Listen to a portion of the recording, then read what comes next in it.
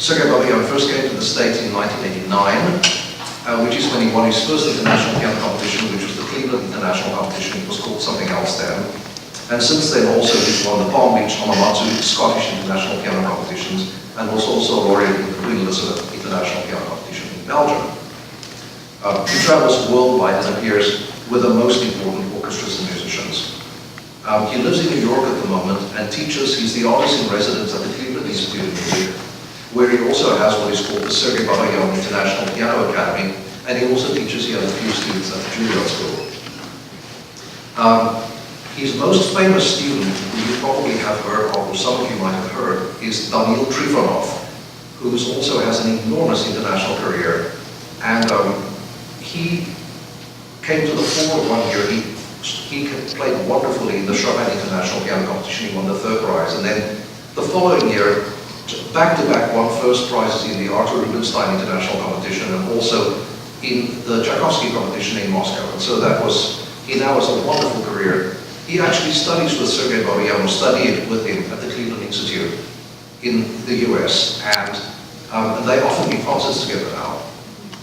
I ran into Sergei Babayan this afternoon. I've never actually met him before, although we've had a very warm correspondence, and he was very generous about coming here to visit us. He's very much a cool customer. I mean, he has such a stellar international kind of career. And he said, oh well, I've just. So let's talk a little bit about the program this evening. The program begins with music by the Estonian composer Arvo Pärt. Who of you have heard music by Arvo Pärt before? Oh, what's a bit? What specifically have you heard, Bob? Have you heard choral music? Almost all choral music. He's a very, very interesting composer. Actually, he initially composed sort of in the avant-garde modern style, in the European avant-garde style, and then in 1970 or so, he went on an extended kind of retreat where he studied and meditated and philosophized and studied a lot of medieval polyphony and so on. And so then came out of that and pretty much found his own kind of style.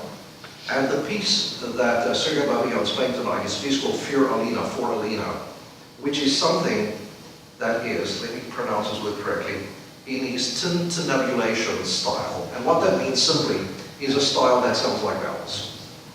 And the reason this piece was composed, it was for a family friend called Alina who was traveling to London for further study. So it's not you always think it's maybe a big cousin to Fury Elise or something. Well, it's not.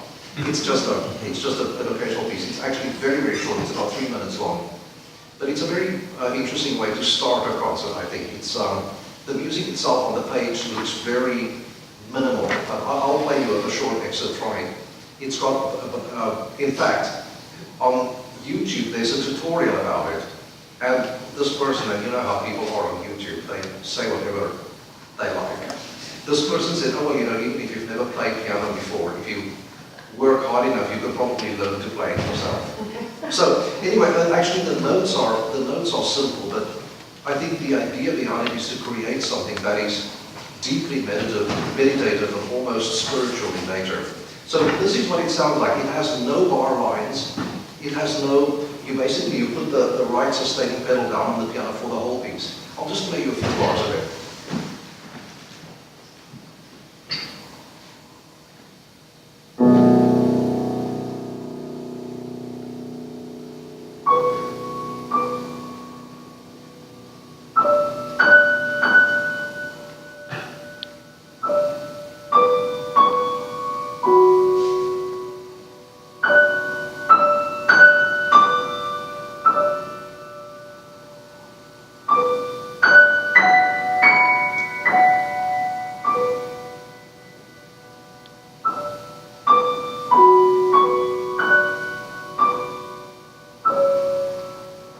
And so on. I mean, that was about half of the piece. But it is something that you can, it depends very much upon the space that you're in and what kind of mood you want to create with it. And of course, it also depends, it just depends on the instrument, the ambiance. So it actually creates a very, very beautiful atmosphere. I find it personally a very interesting way to open a concert. I'm not quite sure. I'll be very curious to see how he arranges it in comparison to the rest of the program. Because what follows that, he goes to somebody, of course, who needs no introduction, and that's Franz Liszt, who was, of course, a wonderful pianist and, composed, not only enormous amounts of music for the piano, but also for orchestra and chorus and so on.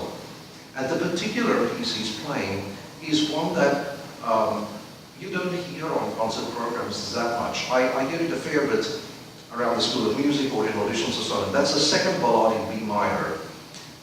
That is from around 1853. And sort of like a lot of his orchestra music, this piece has a program. And I know this is not a piece that I actually play myself. And so I was not aware of the story, which is, it's fairly grim. I'll read you an excerpt from it. The program is from Gottfried August Burger's once widely read Gothic horror ballad called Lenore, punctuated with the grisly refrain, "The dead ride quickly, are you afraid?" The poem tells of Lenore's wild 100-mile midnight ride with the zombie of her recently slain soldier fiancé toward a cemetery where their nuptials are solemnized amid a riotous gathering of skeletons and specters. How do you like that? The piece itself is very programmatic. I had no idea that this is that it depicts. So in the beginning of it, it has this thing which depicts the ride and also the wind as this horse is racing through the evening. So it has the thing in the left hand.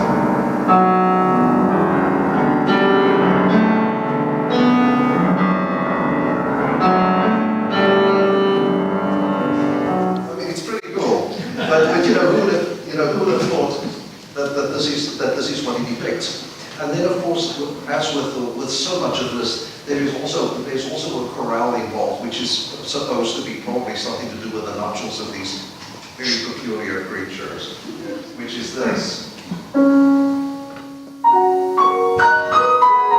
Sorry.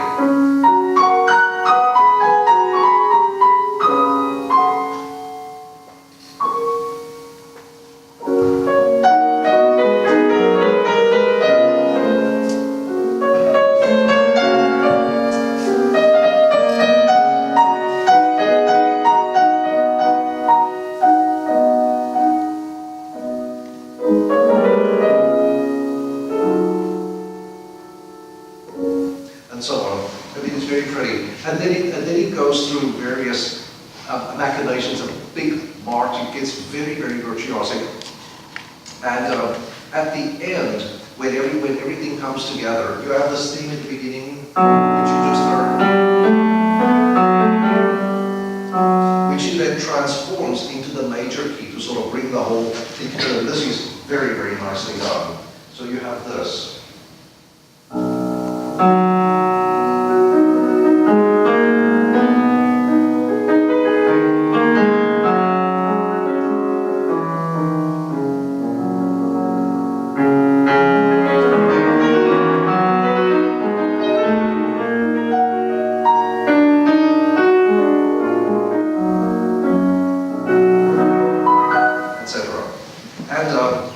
The piece ends unusually for Liszt in a very quiet kind of way. What I'm interested in is that this particular work and the first piece are in the same key, so we'll have to see whether it actually puts the two together, makes any kind of connection between them or not. We'll have to see. Next on the program, he's playing a work by Vladimir Ryabov, which is a composer that was not familiar to me at all. Have any of you heard of this person? It's been very interesting. He was born in 1950 and trained at the Moscow Conservatoire. Actually, he studied with Khachaturian and taught at the Leningrad Conservatory and still performs. It says it's the information about him says he still performs as a pianist and has written many works for various genres: ecclesiastical, chamber, orchestral, choral, and also for the piano. And the work is a fantasy in memory of Maria Yudina. And Maria Yudina is a pianist who had an enormous reputation in Russia. She's virtually unknown to us. here. But now, thanks to recordings and to YouTube, we can hear more of her. She was very well known to everybody from Stalin to Shostakovich, who was her classmate in school. And there are some incredible stories about her, and nobody knows whether they are really true or not, but they make great tales. For example, well, she was somebody who was very much against the Russian regime, and also she was deeply religious, and so she often was dismissed from her work or whatever for her views, because she was always extremely outspoken and firm about her beliefs. And one of the stories I read about was one evening Stalin heard a performance of her performing the Mozart piano concerto on the radio. And he was very, very taken with it, and he didn't understand that it was a live performance that she was giving at that moment, and so he demanded a recording of it. So the story is that they found her, she was already asleep of course, and they found her over up and had already assembled an orchestra in a recording studio and made her recording that night. And then presented Stalin with the only pressing of this recording the next day. And apparently when he died, it was one of the things that they found next to his deathbed, so he was listening to it. So that's just one of many, many stories about her that circulated. She was a very celebrated pianist, and she was one of the first people to play ultra-contemporary works by Butler and Stockhausen in Russia, and also played a lot of contemporary music. The great pianist Jaroslav Richter, for example, really admired her, but said that when she was playing traditional music, it was a little bit more about her than about the music. He didn't particularly care for the way in which she played Schubert, for example. But that's another matter. The particular piece you're going to hear tonight, I have not heard either. There's a recording bit that I listened to very carefully, and it's very interesting. I think it can be very moving to listen to live. And what it is, it's a fantasy that is basically in 5 different sections. It's about 20 minutes long. And what Ryabov does, it's a combination of the old and the new. The sort of the middle of the road writing is very much like Shostakovich. So the writing is basically tonal. But what he does is he sort of disguises various piano pieces, and that would even for the pianists and for other lovers of piano music, it'll be interesting for you because you will hear things that you think you've heard before, and you're probably right, they're just in a different disguise. I sort of worked my way through some of the Bach's Sixth Partita. There are several excerpts from the Schumann piano fantasy in it.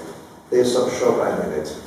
I forget. Oh, there's some of the there's a bit of the Mussorgsky pictures at an exhibition in it and so on. But they're all sort of disguised against some quite dissonant kind of writing. And at some point, it goes a little bit off the rails, I must say, because the pianist is expected to sort of, play with clusters with his or her fist, or make up things. It's sort of aleatory from the score. It's sort of indicated by a zigzag kind of thing. So I will be very interested to hear what you think about this. I think it's quite a wonderful piece, but it probably takes, it's certainly I have never heard of so many people program here. I mean, this could be very, very interesting. Then before intermission, we go back to something that we all know, music by James Bach, which will be fabulous. It's a great looking program, I think, to have, I don't want to say balm for the ear, but something extremely pure to follow this very adventurous thing. And it's a selection from pieces from the notebook for Wilhelm Friedrich Bach. Now, of course, you all know who James Bach was. Wilhelm Friedrich was his oldest son. And what this is, it's a book of pieces that Bach arranged for him as an educational tool. So in the book, what is in it are a lot of little preludes that he composed himself. Some excerpts from the 48 Preludes and Fugues, just the preludes, some of them a few of the 2 or 3 body mentions, all arranged in by degree of technical difficulty. So it starts with the easiest and sort of continues on, and it's really quite wonderful. And Sergei is playing a set of them. They're all beautiful miniatures. Most of them are, just a minute or two long. And but perhaps I'll play you one of them, just to give you an idea. Some of them are just a few bars long. This is one of the very first in the book, which he actually is playing. It's a little prelude, you can see.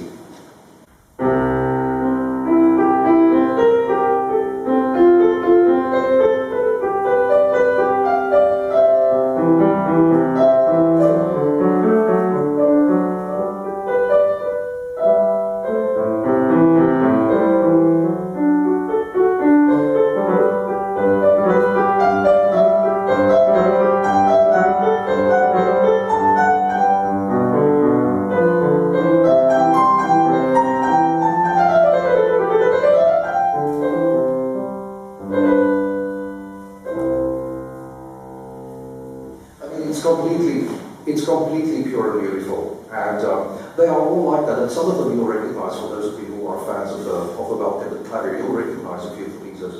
Also, of course, it's important to remember that these things were definitely composed either for the harpsichord or the clavichord, which was Bach's favorite instrument. And I'm sure that his oldest son was trained very well how to play both of those. And I think this particular piece, for example, would be very beautiful on the clavichord with its very small sound and ability to, to make dynamics and to be expressive. I'm sure it's very beautiful. So I know that we're going to enjoy that. It's a credit to an artist like Mr. Babayan that he would take the time to program something like this on a touring program. Simply something that that young students study, but then they sort of never go to again, unfortunately. So I'm very much looking forward to it. And then we will have intermission. It's a big first half. It's probably almost an hour's worth of music. But then, after intermission, he's playing music by two composers who both wrote fabulously for the piano, both pianists, much beloved. It'll be so much fun to listen to and to hear what he has to do with us. Frédéric Chopin, of course, needs absolutely no introduction whatsoever. And he's also chosen three rather popular pieces. The first is a Polonaise in C sharp minor, and of course, I'm sure that you all know that a Polonaise is something in 3/4 time. And it has a very specific. It has a very specific rhythm, and it normally. Chopin, of course, what he did with things like the Polonaise and the mazurka, and also, of course, his etudes and waltzes and everything else, was he elevated them from being basic either folk music or things for the drawing room into the concert hall. And that's, I think, just an amazing contribution that he did. This particular Polonaise, again, is if you have a Chopin book, it's normally the first one in the book.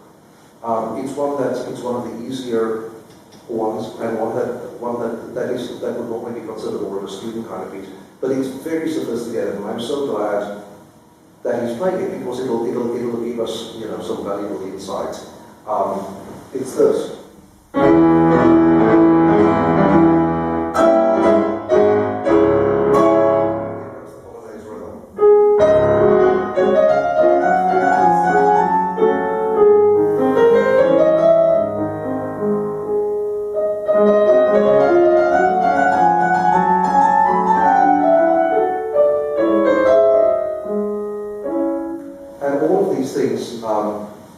A typical Polonaise in its simple form, which is what this is, have contrasting sections. It's normally a very simple three-part form. The first, the second, and then the first repeats again. So this one has.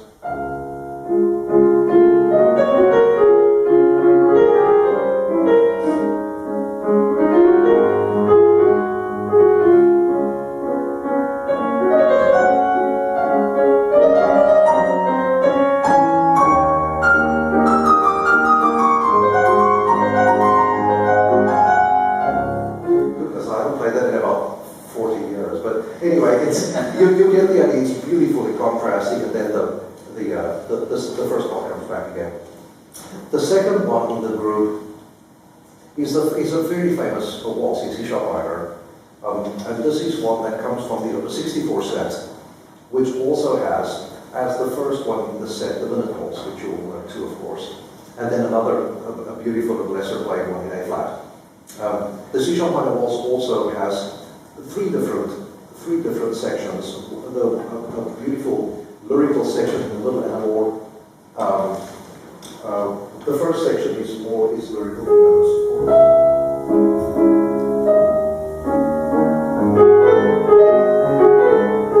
Of course, with a more swirly section followed.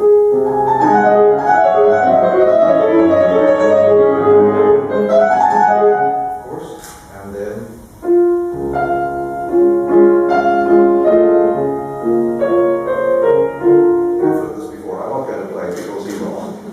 But anyway, it's gorgeous, and I'm so happy that it's taken out by itself. And I'm really looking forward to it. But then to close the set is my favorite of all the Chopin shorter works, and it's the Barcarolle in F sharp, major opus 60, which is one of his very late works and one of the most beautiful. A barcarolle is, I suppose you could loosely translate it as a love song, and so much of Chopin's music, at least the melodic part of it, comes from Italy, because as a young person, one of the entertainments he had was that, where that Italian troops would come through his hometown and perform operas, with bel canto like Bellini and Donizetti and so on. So that is where he got his early tastes of melody, and so much of his nocturnes and anything else that he has melody in comes from this. And the barcarolle is on a very large scale an example of this. What I imagine it to be is, I imagine a gondola on one of the canals in Venice, maybe with two people singing in it. If I can remember it, I'll try. But at the beginning, it's a very nice introduction.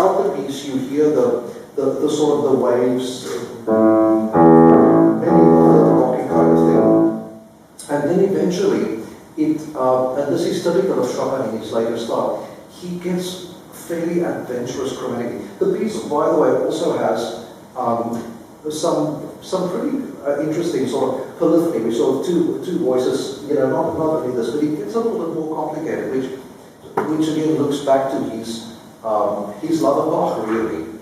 But the most important thing about this piece is its melody. So after a long, it sort of goes through this chromatic musing, which is really very nice. Let me see.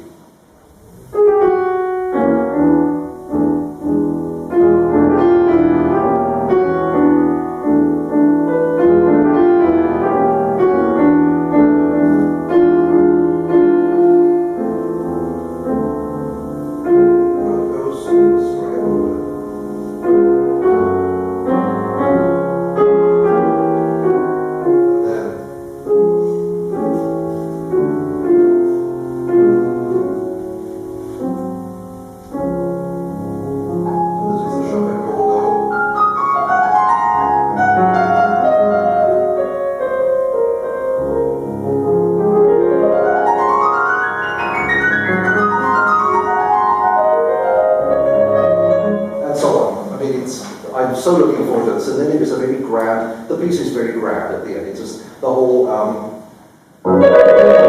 thing comes back in a very majestic and elegant way. awesome, it's really wonderful.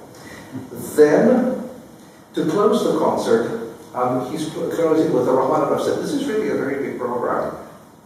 I must tell you a little story about Rachmaninoff.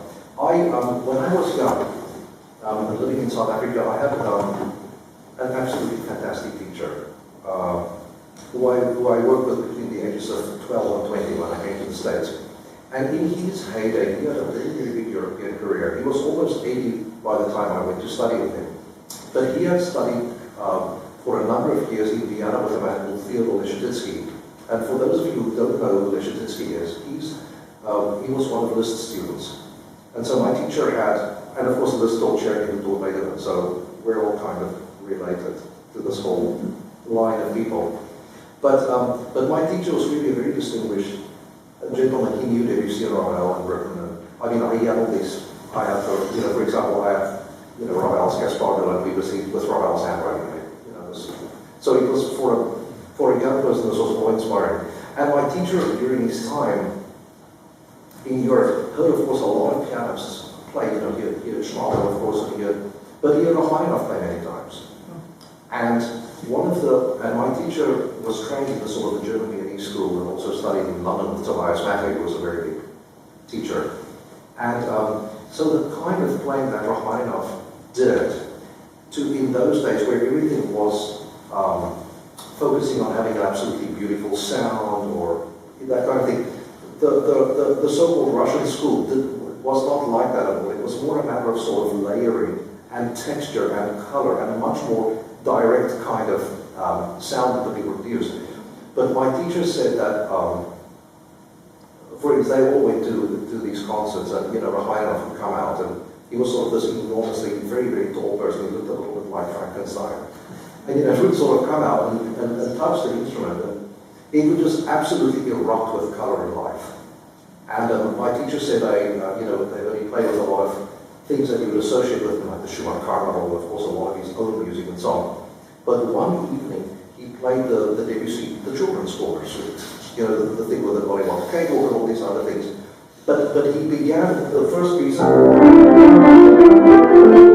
Grana's Parnassus in the suite. And there is this thing at the end where it gets faster and faster. In music, it's called like Chaturanga. And my teacher said that that was done in such a way that everybody in the audience, their hair was standing up. I mean, it was just one of these absolutely, electrifying moments that one will never get. So I feel very lucky to have this kind of connection. The music that Sergei is playing tonight by Rachmaninoff, he's playing a set of 3 pieces. The first is an etude. Rachmaninoff wrote 2 sets of etude tableaux, they're called. And this is a particular one from the second set. They're more like little tone poems, really. They beautiful color pictures, and also some of them are very, very virtuosic. And of course, an etude is something that shows off a different aspect of, for a pianist, it shows a different aspect of piano technique or some facet of musicianship or artistry or a combination of all of the above. And Rachmaninoff was followed in the rich tradition of Chopin and Liszt and so on, all these people who wrote basic studies that were elevated to the concert stage. And the particular one he's playing is the particular issue in this one that tests the performer is actually melody. It's a bringing out of a melody against a very heavy accompaniment. And it sort of shows off the kind of writing that Rachmaninoff did a lot, sort of layering, where there's always a melody and then something that's a secondary part which is off the bass and then something that fills it out in the middle. And the melody in this it's a very heroic piece. I'm sure many of you have heard it, but the melody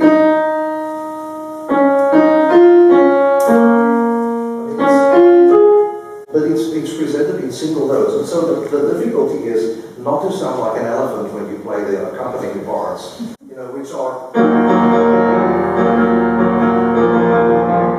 That could be significantly bad news. But so you have to voice very carefully.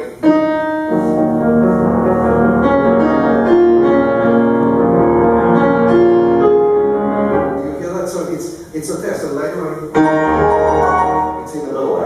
is amazing. And I think that's one of the things that was so astonishing to hear him play in person, because he was a master of that, where he had the kind of sound that would really penetrate. It wasn't necessarily something that was round or beautiful, but it had enormous sustaining power, and of course the color to go with it. It wasn't loud or aggressive, but it just had it was just very clear and pure, and of course, amazing. So you will enjoy that. And then to close the concert, he's got two musical moments, normal musical. And these are from a set of 6. These are one of Rachmaninoff's early compositions. And he composed the set in a hurry. He was financially in dire straits when he composed these things. And so he churned them out fairly quickly. And during his life, they were not so well received. But today, more and more people play them. They're also very, very difficult. The second one is also, again, like an etude with a melody with very fast figuration. And then the final one is a very heroic and grand affair. I mean, it's quite wonderful. So I am very, very much looking forward to Authors. And that is not all I have to say about the music flight. Would any of you like to ask a question, or do we have about, I would say, 5 minutes before we should go to the hall?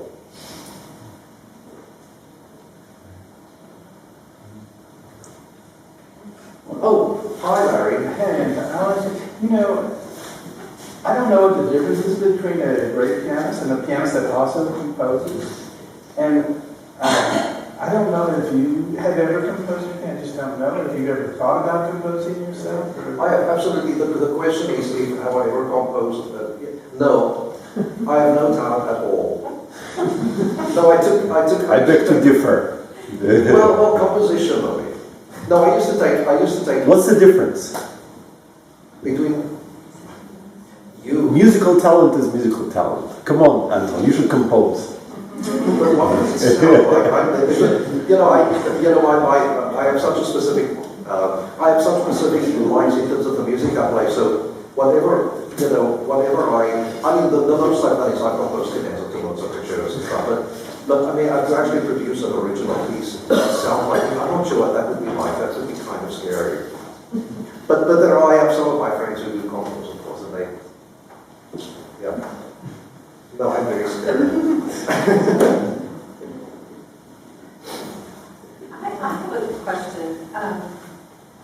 Of the pieces tonight that we're going to hear that you are not in your repertoire, and some of them you weren't familiar with at all, are there any that you would think of adding that you were resonated with you? Or? Well, I'm very curious to hear the Riova piece. I mean, the Arvo Pärt piece. I've played some of the violin attempts. I mean, I like it, but but I think it's a sort of a specific thing, and I think it's meant to be just a little bit of it. Too much of that is too much, I think. But as pianists, we are so lucky because I mean it's a bottomless pit. I mean, I play a lot of music, but I mean in terms of my life, I couldn't say that it's the tip of the iceberg, And so we are very, very, very, very lucky. And so it's wonderful to hear a program like this with so much diverse repertoire on it, and including stuff that some of us have not heard. I think that's really terrific. So when you perform, do you have complete control over what pieces are played, and you get to choose your own program most of the time? And how difficult is it? How are you able to do that? The question is if I perform, do I have control over while I play, basically. It depends on the situation. Normally, if I'm playing an orchestra engagement,